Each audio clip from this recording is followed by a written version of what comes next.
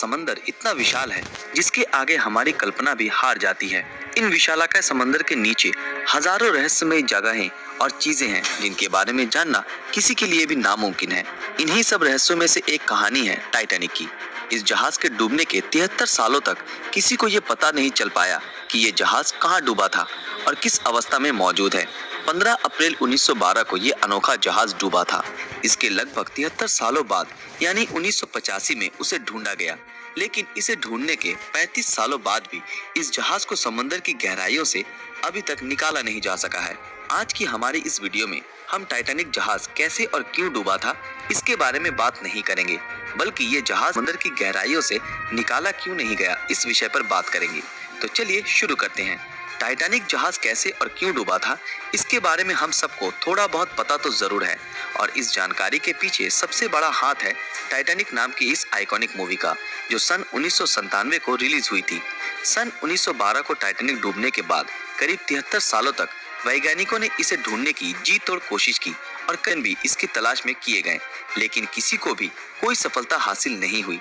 आखिरकार सन 1985 में एक आर्कियोलॉजिस्ट और एक अमेरिकन नेवी ऑफिसर रॉबर्ट और बिल टाइटैनिक को ढूंढने के मिशन पर निकल पड़े, और उन्हें टाइटैनिक अभी कहाँ है और किस हालत में है इसके बारे में पता चला।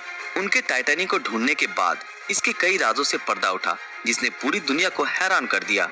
टाइटैनिक समंदर के 12,000 फीट गहराइयों में डूबा था। ऑफिशियल रिपोर्ट के मुताबिक ये जहाज डूबने से पहले सही सलामत थी, लेकिन जैसे जैसे टाइटैनिक समंदर की गहराइयों में समाती गई वैसे वैसे ये जहाज दो हिस्सों में टूट गया। लेकिन ऐसा क्यों हुआ? टाइटैनिक द न्यू एविडेंस की रिपोर्ट में ये बताया गया कि टाइटैनिक आइसबर्ग से टकराने के बाद नहीं डूबी थी। टाइटैनिक में आग लगने की वजह से ये डूबा था।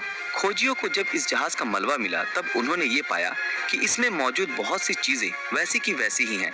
इस जहाज को बाहर निकालने की बहुत कोशिशें की गई, लेकिन शायद सब लोग ये जान गए थे कि इससे वापस बाहर निकाल पाना नामुमकिन है।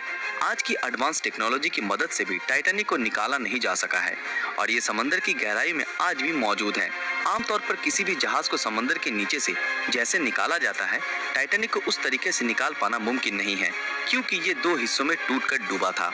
लेकिन हाईटेक सबमरीन और पावरफुल मैग्नेटिक सिस्टम की मदद से शायद उसे निकालने की कोशिश की जा सके, पर इन कामों में बहुत सारी मुश्किलों का सामना करना पड़ेगा, जिसमें सबसे पहला है टाइटैनिक का वजन, जो करीब 1.43 लाख टन है, जो बहुत ही ज्यादा है।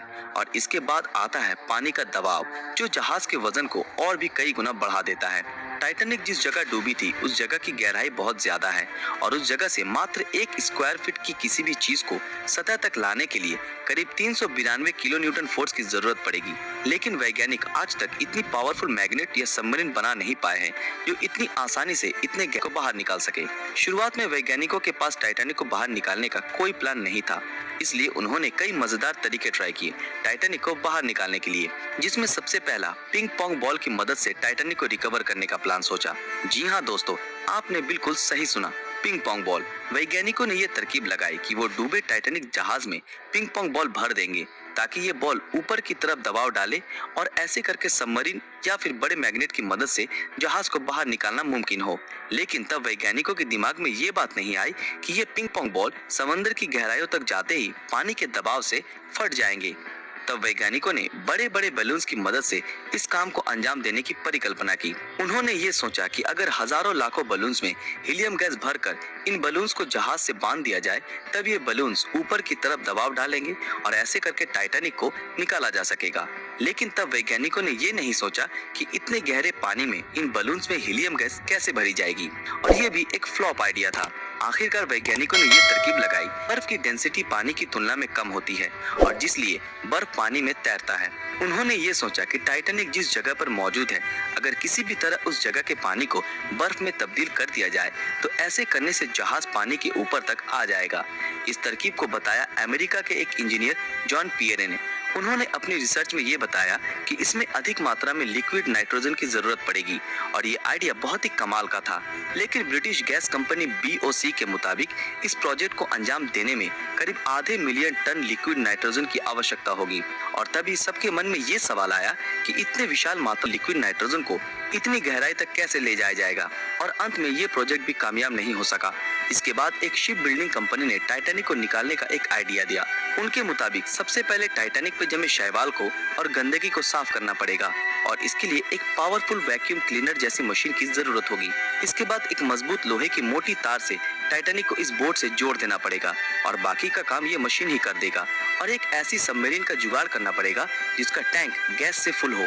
सिर्फ इतना ही नहीं, इस प्रोजेक्ट के लिए भारी मात्रा में बिजली की आवश्यकता होगी। रिसर्चरों के मुताबिक इस प्रोजेक्ट को अंजाम देने के लिए 20 मिलियन किलोवाट बिजली की जरूरत होगी और इस बिजली की उत्पादन के लिए एक पावर प्लांट की भी जरूरत है। लेकिन समस्या ये थी कि समंदर की इस गहराई में पावर प्लांट कैसे बनाया जाए। वैज्ञानिकों ने फ्लोटिंग पावर प्लांट बनाने के बारे में भी सोचा, पर इतनी गहराई में इलेक्ट्रिक वायर टिक नहीं पाएगी। पानी के अधिक दबाव से ये वायर फट जाएगी। कैसे भी करके अगर इस प्रोजेक्ट को अंजाम दे भी दिया गया तो फिर भी ये प्रोजेक्ट काफी महंगी साबित होगी, इसलिए इस प्रोजेक्ट को तुरंत बंद कर दिया गया। बहुत सी बड़ी बड़ी कंपनियों ने इस प्रोजेक्ट को अंजाम देना चाहा, पर इसमें इतना खर्च है कि इसके बारे में नहीं सोचना ही बेहतर है, क्योंकि टाइटैनिक को बाहर निकालने में जितना खर्च है उस पैसे की रिकवरी करना नामुमकिन के बराबर है। इसी कारणवश इस प्रोजेक्ट को कोई भी अंजाम नहीं देना चाहता। अगर कोई कंपनी इसे निकाल कर म्यूजियम में रख भी दे तो भी इसमें किए गए खर्च को रिकवर करने में 100 साल से भी ज्यादा का समय लग जाएगा। हालांकि इस अनोखे जहाज से लोगों की इमोशंस जुड़ी है, लेकिन फिर भी कोई कंपनी इतना बड़ा रिस्क लेना नहीं चाहती।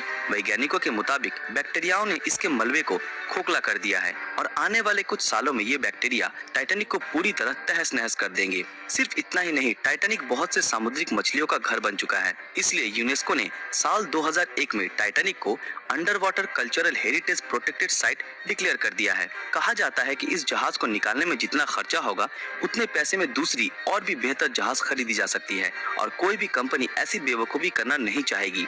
वैसे तो इस जहाज को कभी समंदर की गहराइयों से बाहर नहीं निकाला जा सकता और अगर ये जहाज ऐसे समंदर में आने वाले दिनों में भी टिकी रही तो हमारी आने वाली नस्ल भी इसकी रहस्यमयी गाथाओं को जान पाएगी। दोस्तों, आज के लिए बस इतना ही।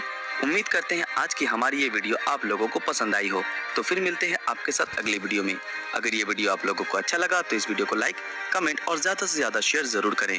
वीडियो देखते रहने के लिए शुक्रिया।